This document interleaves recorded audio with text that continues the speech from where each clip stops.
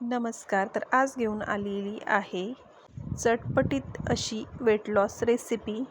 इथे मी सोयाबीन घेतलं आहे 1 वाटी आणि एक छोटी वाटी मी शेंगदाणे घेतले आहेत, म्हणजे आपले पोहे खाण्याचे 2 चमचे.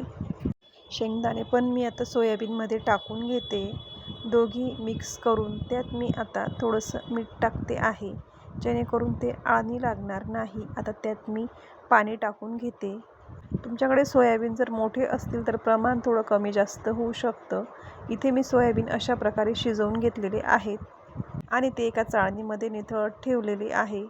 बटाटा मॅशरने मी अशा पद्धतीने दाबून घेते, कारण गरम गरम असल्यामुळे ते हाताला खूप चटके बसतात, म्हणून मी या पद्धतीने त्याचं पूर्ण पाणी काढून घेते.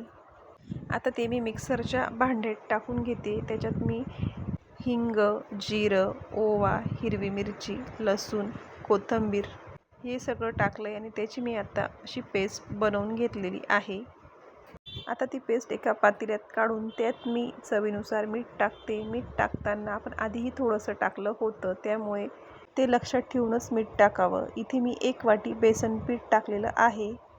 ते देखील त्यात व्यवस्थित मिक्स करून घेतलं होतं. आता मी तव्यावर तेल टाकून असे छोटे छोटे कबाबसारखे ते मी थापून घेते आहे. जसं आपण हराभरा कबाब बनवतो त्या पद्धतीने मी छोटे छोटेच बनवलेले आहेत. आता मी व्यवस्थित तेल टाकून छान अशी एक बाजू शिजवून घेतलेली आहे. इथे तुम्ही बघू शकता एक साईड पूर्ण अशी खरपूस झालेली आहे. आता दुसरी साईड देखील मी भाजून घेणार आहे. तर दुसरी साईडही भाजत आलेली होती. साईडला सरकवून मी अजून एक तिथे लावून घेतलं आहे. तुम्ही इथे बघू शकता छान असे साधे, सिंपल आणि झटपट होणारे सोया कबाब आपले रेडी आहेत. सॉरी आजचा व्हिडिओ जरा घाईतच झाला, कारण माझं बाळ ना बरंच रडायला लागून गेलं होतं, त्याच्यामुळे मी घाईघाईत कसं तरी बनवला. कारण की शेवटी कबाबसोबतची ग्रीन चटणी दाखवायचीच राहून गेली.